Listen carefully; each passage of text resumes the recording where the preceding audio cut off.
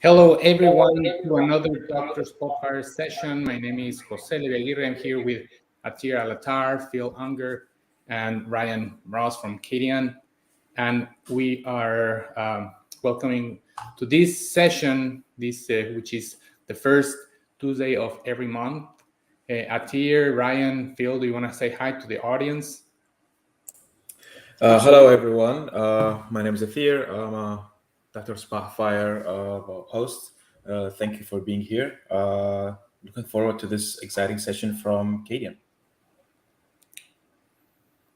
Good morning, everyone. My name is Phil Unger. I'm President and CEO. I'm going to kick it off with a little introduction on who Cadeon is, and then I'll turn it over to Ryan, who's going to do most of it. Yeah, hi everyone. I'm Ryan Ross. I'm a senior data analytics specialist at Cadeon. And yeah, I'll be going through our presentation today. Perfect. So now we're going to, before we get started, I just want to remind you our Dr. Spotfire team, since Neil left, and now we are myself, Jose Aguirre, Atir Alatar, and Anil Topaskli. You can reach us at drspotfire@tico.com. And also, we are streaming live through Facebook, LinkedIn, Twitter, and YouTube. There's a link that right there from YouTube. If you are having experiences with the quality of the video, I encourage you to go to YouTube. The Analytic Forum, it's going to be on September 19th, 4 general sessions, 20 breakout sessions, more than 8 customer speakers, 24-hour hackathon, and there's also going to be a free Spotfire training. It's going to be 4 hours long. It's split it into two sessions, 2 hours each sessions. So click on the registration link, tick that box if you want to have if you're interested in the training and also the 24-hour hackathon. The hackathon is going to be about how to mitigate hunger with data. And remember that learning is not driven by answers, but by questions. So keep the questions coming. We encourage you to ask questions and through the session, or you can also wait until the end if we have time to address those questions, but we encourage you to ask questions. So today's session is going beyond Spotfire from a customer, from our partner, Cadeon. We are going to talk about going beyond Spotfire, their experience, and everything else. So it's all yours. Thank you for joining. Ryan, or Phil, you want to kick off with the meeting?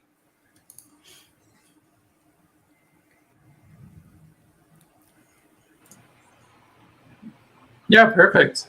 Thanks so much, Jose.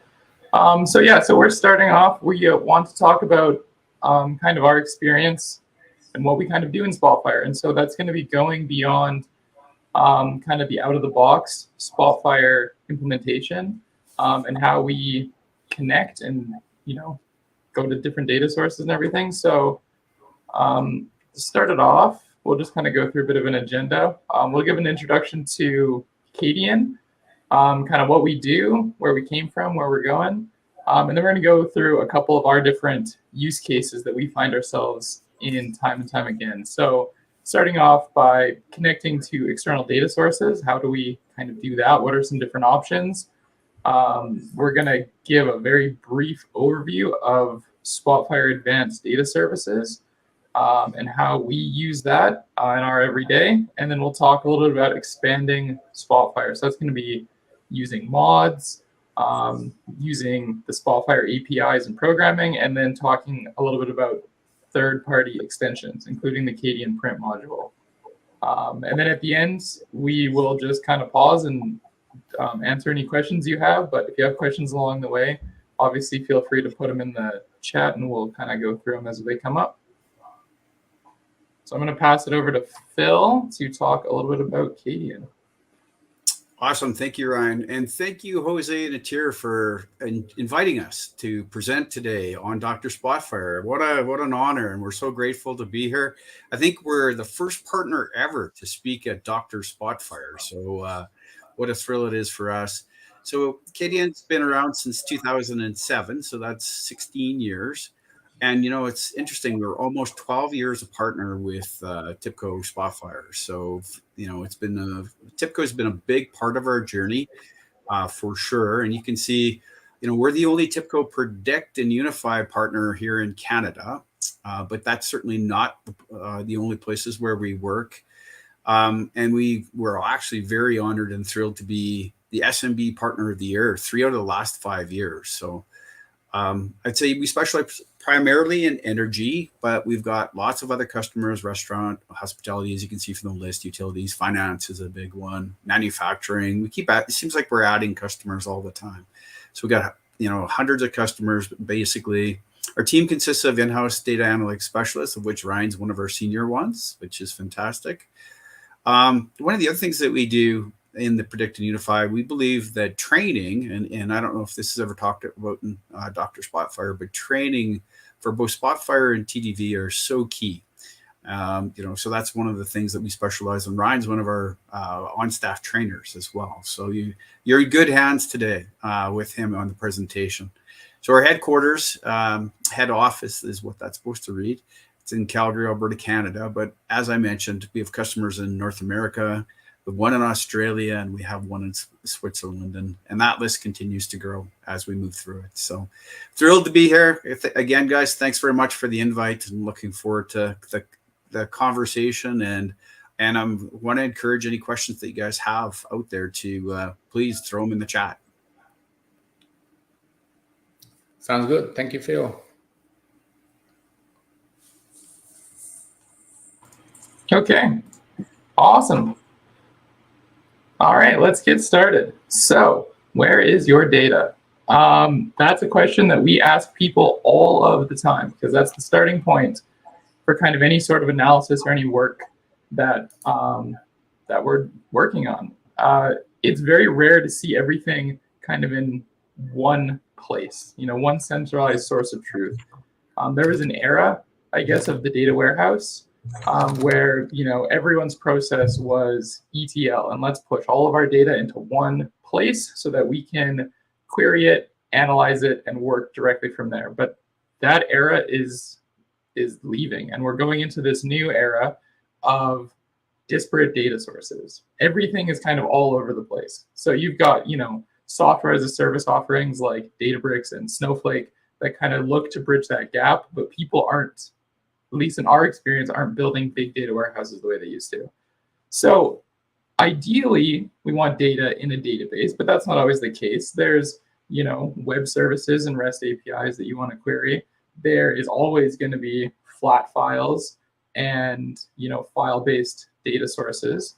And so what ends up happening is you end up having your data spread over this landscape, right?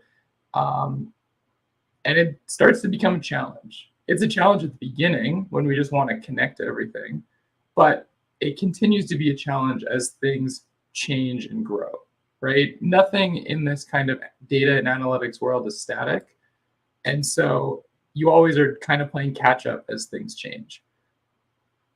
So the first thing we start with is, where's your data? And so one of the great things about Spotfire is that we can connect to a ton of different data sources. This is just kind of a subset of everything that comes directly out of Spotfire. And you'll know kind of how big it is because you can literally just go to Spotfire and they give you a big giant list of things that you can connect to, right? Including some of the community-based stuff. So that's like Databricks, SharePoint, files. There's a couple more. But this is all the stuff that you can connect to directly from Spotfire, just kind of day one, which is great. And so we use a combination because there's never going to be a one-size-fits-all solution because, again, not everyone is building a big centralized data warehouse. And so one of the big things is you need to be flexible with how you're connecting to data. And so a lot of times we even have a combination of different connectors. So you've got some data coming from Microsoft SQL Server, you've got a Postgres server, you've got some flat files, and that all needs to be joined together in Spotfire to give you kind of your holistic unified data set. So then what happens? Well, you start kind of wrangling your data and it starts to get complicated. And so what do I mean by that? Well, you have all of these join conditions, you have transformations, you have calculations, and you'd end up doing all of this work just to get to your final data set that you want to look at. Because one of the things too with Spotfire wants big, flat data, right?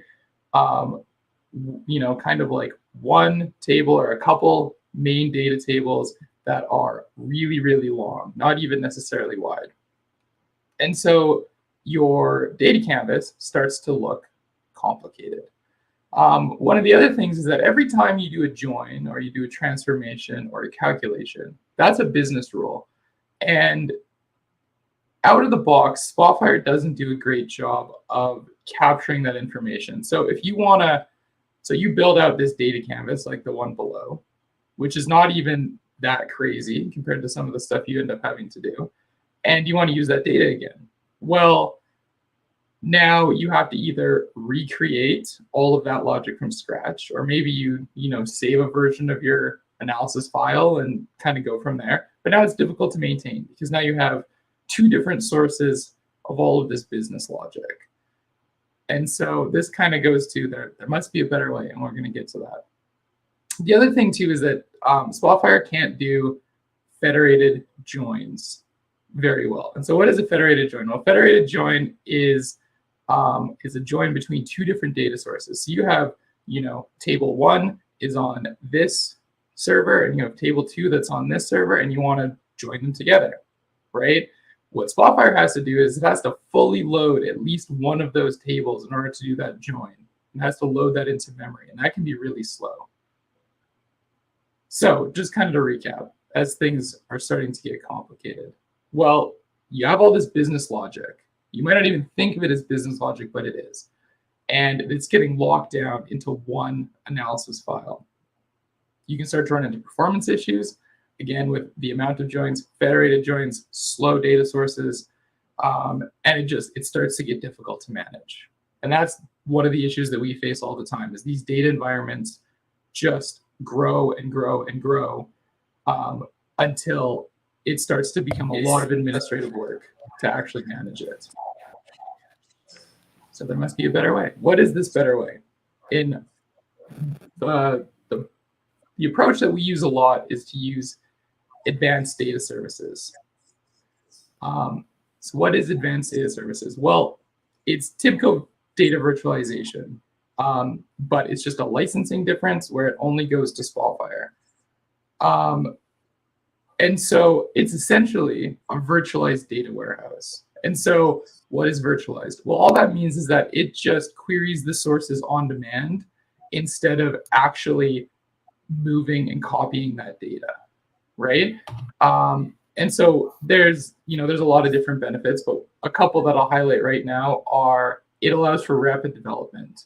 And we are a testament to that because, in hours or days, you can go from a whole new connection to a data pipeline, right? If you understand the database you're going against, you can build in your logic, and you just start working with the metadata. You're working with the columns and the table names. You're not actually moving all of that data until it comes time to execute that query. So it allows for rapid development, which is great. One of the other things that's great about it is it has robust row and column level security. So if you have privileged data in your sources, you can apply that security right within ADS. You don't have to have something else or complicated authentication processes. You can just do it directly from there. So how do we use advanced data services? Well, one of the things is that it can connect to a ton of different stuff. We haven't found something we can't connect to yet. So just kind of to highlight, I'm just going to pop up this. This is on a TIBCO partner CData. And so they make JDBC connectors for lots of different things. And one of the things that they support is TIBCO data virtualization or ADS. So this first kind of batch right here, this is everything that TDV, that TIBCO supports kind of out of the box. I think there's about 100. And then CData publishes another like 200 different adapters. So it is crazy. There is a ton of stuff that you can connect to, which goes back to my point that we haven't found something we can't connect to yet. So we can connect. So how do we actually use this? Well, one of the big reasons that we really like data virtualization is the fact that we're not building a data warehouse. We're not writing complex ETL processes, ETL being extract, transform, and load, which is essentially the process of taking data from a source system, putting it through whatever processing, calculations, whatever you want, and then storing it in something that you own, a data warehouse that you own. One of the other things that we can do is we can tune query performance. So TDV or ADS has a really good performance monitor where you can actually go through and see how a query is being run, including all of the individual subqueries, how everything's being filtered, what all your where clauses look like. And you can go through and really dissect how a query is running. And there's cases where we still don't get the performance we want.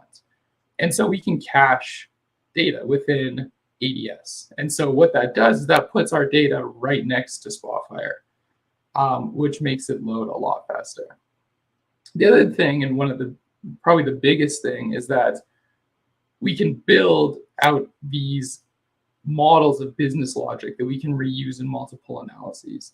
So instead of your data canvas having 15 joins and all these calculations, we do all those joins in ADS, and we push out one nice big flat table that Spotfire can query against.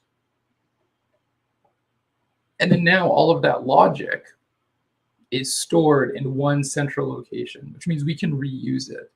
So from a technical perspective, the best practice in ADS is to use this layered approach, right? Of going from you go from your metadata, your physical sources, you have your formatting layer, which essentially is about decoupling the source data from your data. Essentially, it's just aliasing all of your columns.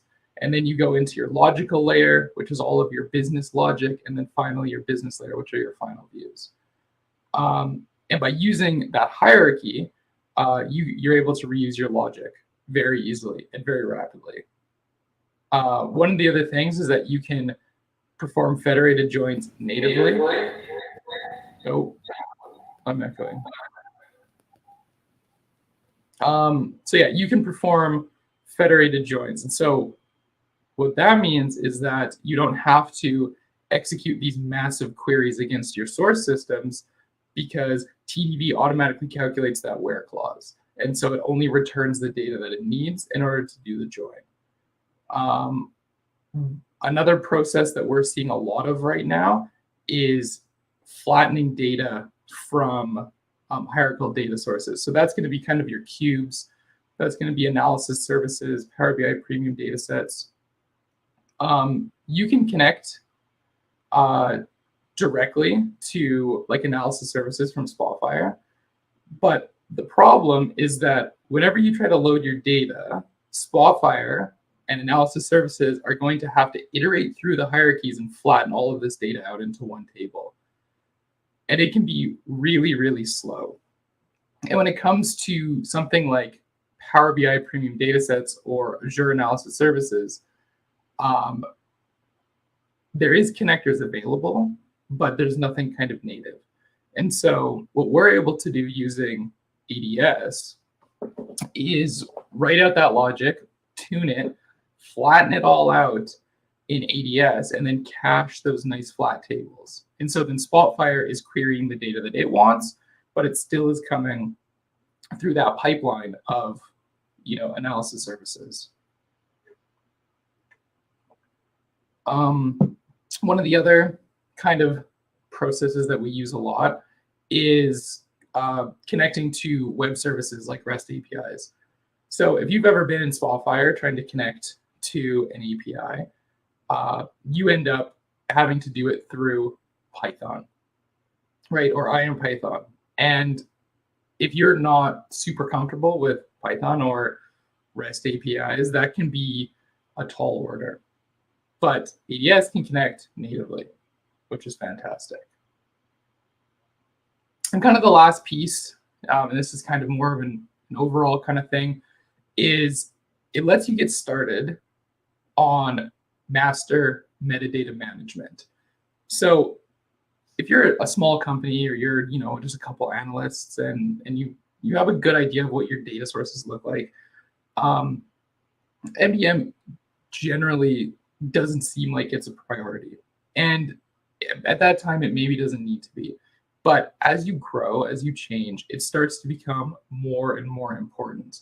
And so by using a tool like ADS that has metadata management built in, you can get started on that process earlier. And so that as you grow, as your environment changes, you already have the background all set up in order to be able to do that. Hey Ryan, if I can just add, sorry, you're going to echo again for a second, but just what we're seeing as a company across our customers is everybody has legacy, and there's a ton of legacy information. It's previous investments. Hybrid cloud is the #1 architecture pattern that we're seeing. So meaning that some people have data on-prem, some people have data in the cloud, some people have other visualization tools where they've made investments in, we've just given you some examples. I mean, there's Snowflake, there's Databricks, there's a number of different software as a service packages that everybody's trying to connect.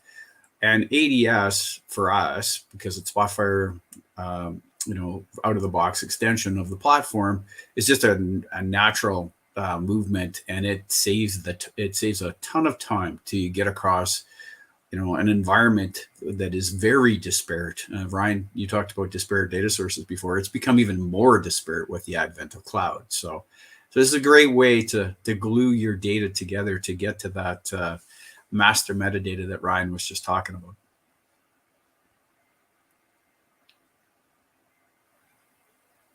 Back to you, Ryan. Awesome. Yeah, that's actually something I did forget to put in here.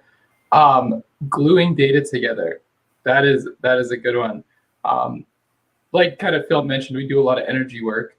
And one of the things that energy companies love to do is change what systems they're using for their data.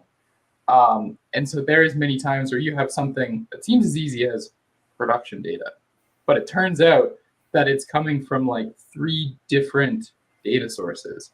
And so in Spotfire, you would be doing these unions of data source 1, union data source 2, union data source 3, and stacking it all up. But if your columns aren't named the same, if there's differences in formatting, like different date formats, it starts to get really complicated. And in ADS, because we have that formatting layer, we're able to do these unions very easily, which means that we can have standardized column names, and we can build, again, these big holistic data sources where you have one table with essentially, all of your different data from all of those different sources all showing up all at once. And so Ryan, can you talk about the reuse of that? Because that's the other thing is if you're doing it in Spotfire, you're basically, everybody has to do it. Every analyst has to do it. But if you're doing it in ADS, can you talk about how this gets published? Because you do say publish. Yeah. Well, yeah. So publishing is just kind of how you surface data in ADS, which is essentially it shows up as a database like you would kind of anything else, right? You have a schema with kind of the different tables, but underlying those tables can be a lot of complicated logic that just that Spotfire doesn't care about, right? Spotfire just wants the data. Yeah, so that's reusable across. Like once it's published out, any Spotfire user can then import that data into their work, correct? Yes, yes. And also, as things are changed or updated in the background, that automatically gets pushed out to all of those reports as well. So if you decide to change like a conversion factor or change some logic on a column, you make that change in ADS, and then that change is automatically reflected in everything that's connected to that source.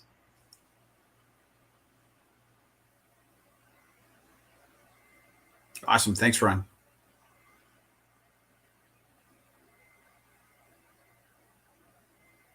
You're on mute, Ron. I was asking Jose, are you saying something? I see your mouth moving. Yes, I was going to do something. I didn't realize I was muted, but what I was going to mention that or highlight that one of the things I like about TDV is its security. And another thing is that it can seamlessly integrates different data sources, as you mentioned. And for example, a common use case is when you have flat files or CSV files, Excel files, and you merge them together through this data virtualization tool. And then another big improvement, not only the security, is the that you can cache that information, and it's pretty fast. You can query information through flat files, which otherwise, if you bring them into memory directly, you will not be able to, especially if you have large flat files for that matter. Cool. And Ryan, we have a question for you. Maybe you want to talk about it just because of where I think we're at the right place here. So the question is from Deepak, and it can we have dynamic joins between different tables with this? I think the answer is yes. It kind of depends what you mean by dynamic joins. If you're talking about say like parameterized joins, right, or parameterized queries, you can totally do that. But I mean, you can do all kinds of different joins. So kind of to like Jose's point, you can do a join between a CSV and like an Oracle database, for example. You could do a join. I mean, you can do joins between like anything. Like as soon as you come out of that first metadata layer, which again, if you have like questions or you want to see more, like we'd be happy to give you a demo of ADS or TDV, or maybe that's something we want to talk about in another kind of Dr. Spotfire piece. But once you're out of that initial metadata layer, then you can kind of join anything. So suggestions which are suggested by the system. There is like a kind of graphical component to it, but there is like the discovery models and everything. So yeah, you can do a lot of kind of like data discovery as well from within there. It is still going to be a little bit manual, right? You're always still going to have to define what join you want to do, but there is tools in the system to try and help you understand what joins you should be doing. Yeah. So, for example, it has a process where it can do this like massive introspection of a data source or like a database, where it'll go through and it'll do table scans of all the tables and start to try and figure out what columns and what data types are connected or similar. And so you can use that to try and to try and understand and find connections within your data that you might not already know, right? So, ID1 to ID1, that's fairly straightforward, but there can be kind of hidden connections in your data, and it can help you discover that as well. Yeah, Ryan, but it is not automatic. It's not going to build your queries for you. The use case that we had was actually we had real estate, the region. There were 7 different multi-listing systems that came together, and they didn't have a schema for what that would look like across the 7. So that was the tool that we used to actually recommend what would be that universal schema to merge those 7 different multiple listing services together. So yeah, and it worked really well.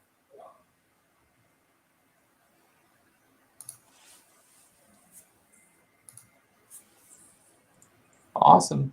Well, thanks, Deepak. I hope that answers your question. Let's carry on.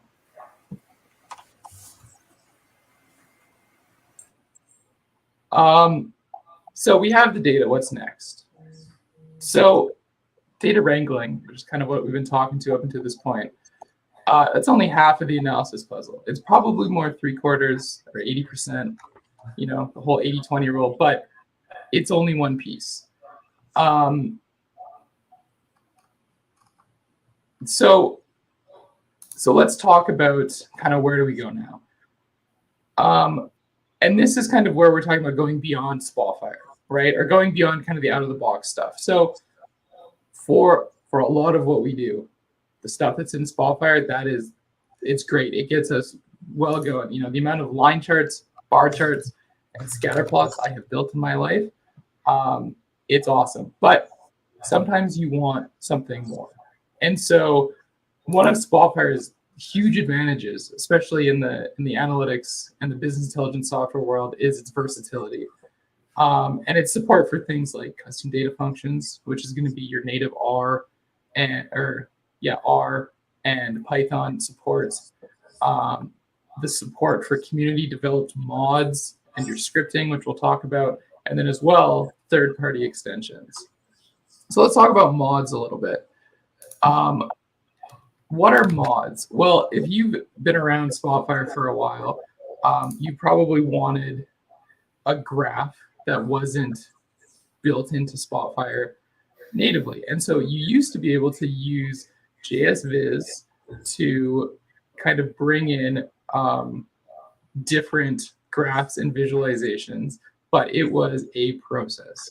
I remember the first time I set it up, and it was very involved. So you better really want that gauge mod, because it was a lot of work to get it started up.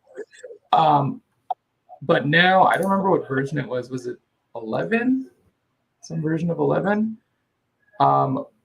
where mods were brought out, and now they're literally drag and drop. So let's take a look at some mods. So this right here, I'm on the Community Exchange, and you can see that there is a whole bunch of kind of different mods, and there's lots. There also is a really great page that has all of them, but let's just say we want to take a look at this timeline mod right here. Right? It is super straightforward, because you're just going to just download the file, and you'll get a nice little folder with the mod, user guide, and some license information. And if we have a visualization, we can literally just drag the mod in, and it will just work. And you can interact with this the same way that you can interact with any other kind of visualization. So if you want, for example, like a bar chart, right? It comes through, and then once you have your mods, they start showing up in here as well. So you can, again, just super quickly and easily just use them like you would any other kind of visualization. You can also build your own mods if that is kind of the direction that you want to go. But at the very least, TIBCO and the community have, what is it? I think there's 31 here right now. And yeah, they're fantastic. One of the things that we like to do is whenever we're helping people on with an installs, we have a like a library extract with all of the mods already in it, and then we'll just load that into the library automatically, just so that people have a starting point.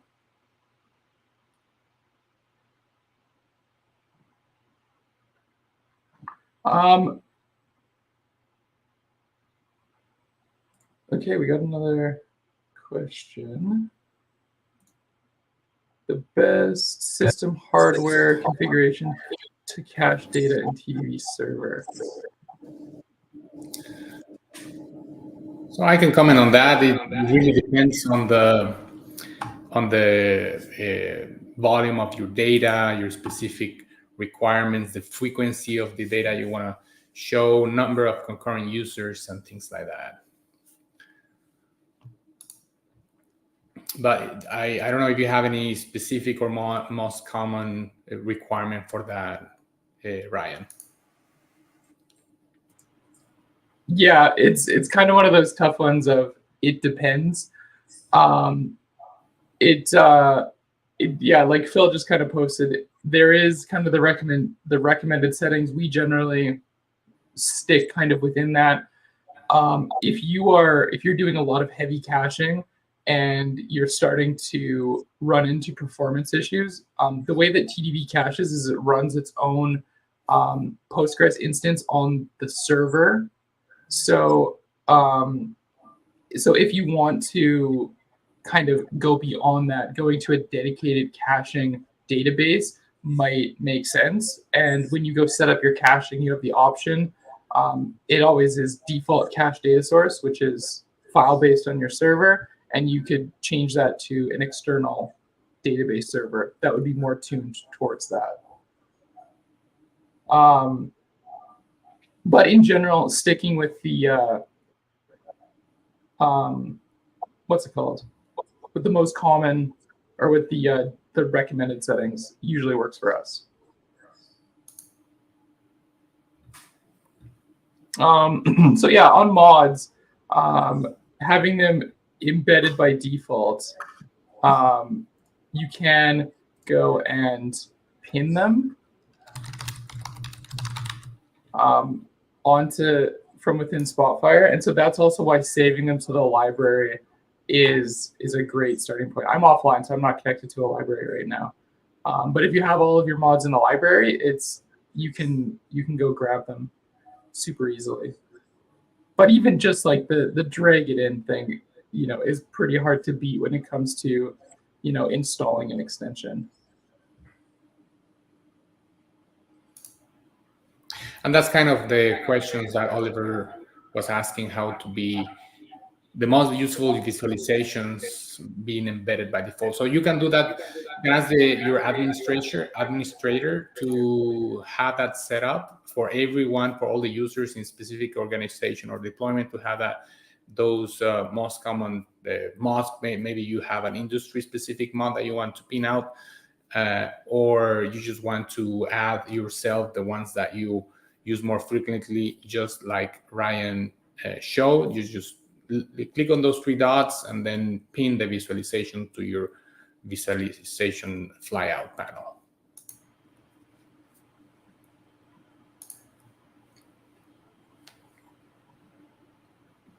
Perfect. Awesome. Well, great questions. So there's mods at a very high level, but they are great. And they are a nice way to take kind of your visualization and take it to the next level. So now I'm going to talk a little bit more generally about kind of just a couple different things. And again, we're just talking about how do we use Spotfire. So how do we go beyond Spotfire? We're talking about going beyond the data, which is ADS. We've talked about going beyond the visuals, which is mods. And now we're talking about almost going beyond the software itself. And so that's how you can programmatically interact with Spotfire. So for example, you can use data functions, right? So you can write tear, which is a flavor of R. You can use R, or you can use Python. And kind of do these complex calculations against your data right from within Spotfire. So it's not, this necessary extract the data, run a function against it, and then push it back in. Spotfire can do that automatically. And one of the big benefits of that is you can dynamically select what subset of your data you want to use. right? So using markings or filterings, you can take a subset of your data, run it through your data function, and see the result. And you can interact with that in real time, or if you're getting super complex, like near real time, which is crazy. And definitely helps there. One of the other things that we use a lot as well is IronPython. And so that uses the Spotfire API to interact with Spotfire itself. So that can be like things dynamically setting filters or changing document property values. But it's essentially just a way that we can automate a lot of things within Spotfire. And then you can go beyond that with the HTML or JavaScript, or all the way to like the core .NET framework that Spotfire is built on. And one of the big things that we just want to talk about is Spotfire is not a tool, it's a platform, right? And so there's all these different pieces that are built on top of it that you can utilize. Not everyone needs, custom JavaScript running in all of their visuals, but eventually, given enough time, you are going to reach a point where you're going to be like, it'd be super nice if I could do this. And with very few exceptions, we have always been able to do that, right? There is a way that you can use IronPython or JavaScript or HTML or whatever to accomplish what you're trying to do.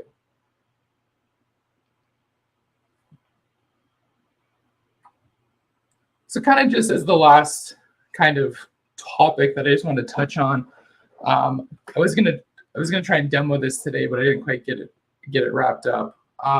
But there's also extensions that are available, and so I want to talk about the Cadeon Print Module because that is an extension. I'll pull it up on the website. You can see it on Typico's website as well. But this was developed with a problem that a customer of ours had. And that was how the printing and exporting worked in automation services.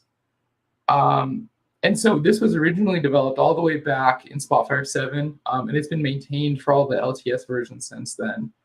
And so what was the issue? Well, if you ever tried to print or export like a cross table, it cuts off based on kind of just how it's displayed on your screen. And so, and they didn't want that. They had these tables that they needed in full kind of exported. So the other thing is that they were having things with charts not rendering properly. It didn't look exactly how they wanted. I've been through this where I've been trying to build like automated reports and you just have to run the job over and over again and kind of tweak things so you get it to look the way you want. And so they were saying that there's wasted page space or just wasn't utilized well. And the other things they wanted to do large format exports. So kind of, again, back to the industry specific oil and gas, they use a lot of maps, right? Nobody wants a letter sized US map. They want to blow it up to like A0.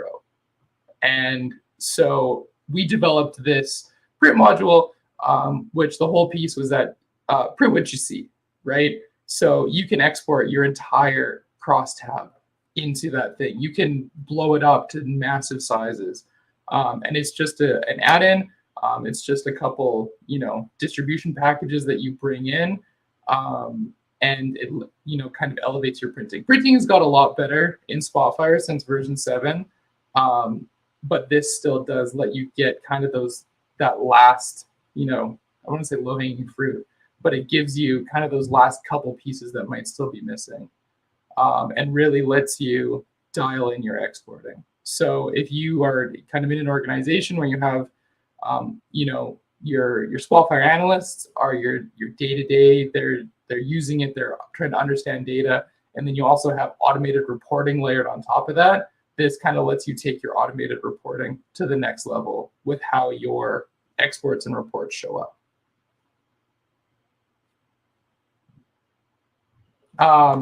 So just quickly, right here. This is kind of the partner solution site.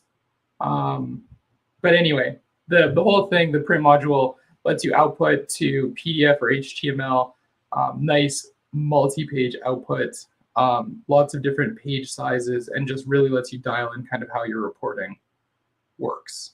And the big thing is that you can use this with automation services as well. So it's not just analyst specific, so you can run all these reports automatically.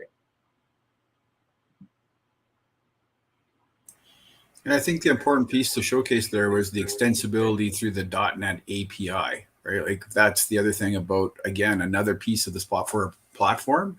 It's just how extensible it is. That so we were able to actually take that .NET API and build this extension to get to that, I'll call it more pixel perfect printing with some flexibility. So again, kudos to Spotfire and all the functionality in the platform.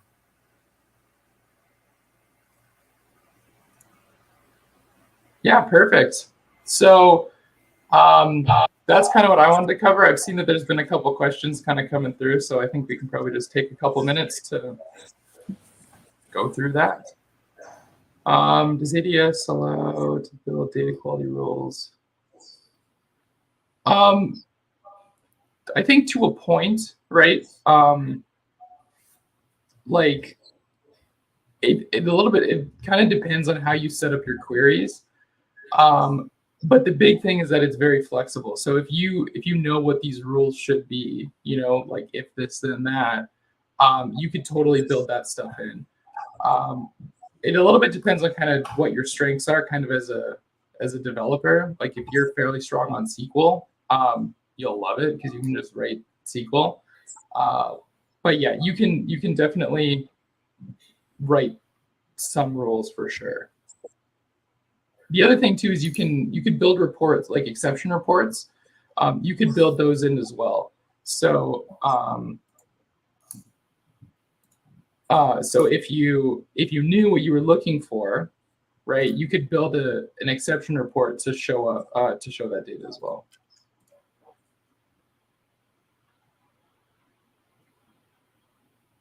If a user accidentally specified a join, that would result in an unintended mass amount of data with the system warn the user. Can you stop the process? It's not going to warn the user. And part of that is because when you're using it, you're working only with the table metadata, right? Or like a subset of the data. So it doesn't actually know necessarily how big the tables are on the other side. That being said, if you start it and it starts going and it's not going to stop, you can for sure kill the queries. The kind of worst case scenario is it'll pop up and say like, hey, you're canceling this. It's going to take a second to unwind, and it might take 15, 20 seconds while it kind of winds down the query. But you can stop the process for sure. And Ryan, is there limits that you can build within to the queries? Like, is there capability around limits? To say, hey, bring back 100 rows. Show me how many, but only bring back the first 100. Yeah, when you're building stuff within like ADS Studio or TV Studio, it generally, I think the default is like 500 rows. You can set like a default return 1,000, 10,000 rows at a time. But obviously, if you're connecting from Spotfire, Spotfire is going to execute the query in full. So yeah, it will return kind of more rows.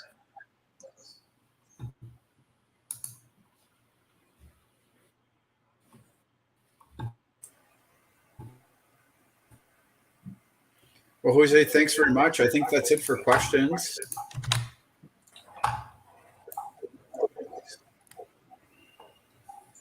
Thank you for being with us today. Yes, thank you. And just as a reminder, there is the ideas portal. We're going to share the link, or it's basically ideas.tipco.com, where you can also scan this QRC code. But you can submit your ideas. You can submit like new visualizations or new topics you want to cover, quick tip videos, any specific use case templates. We added some sections there, so you can add them, or you have product improvement ideas, and we're constantly monitoring those feedback.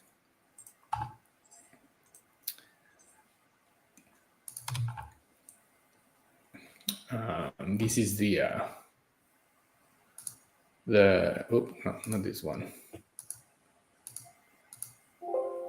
Well, that's the ideas portal, and just feel free to submit any question. Are there any other comments or questions that we didn't address? Some of them we already we put a comment in the corresponding channel, but are we missing anything else?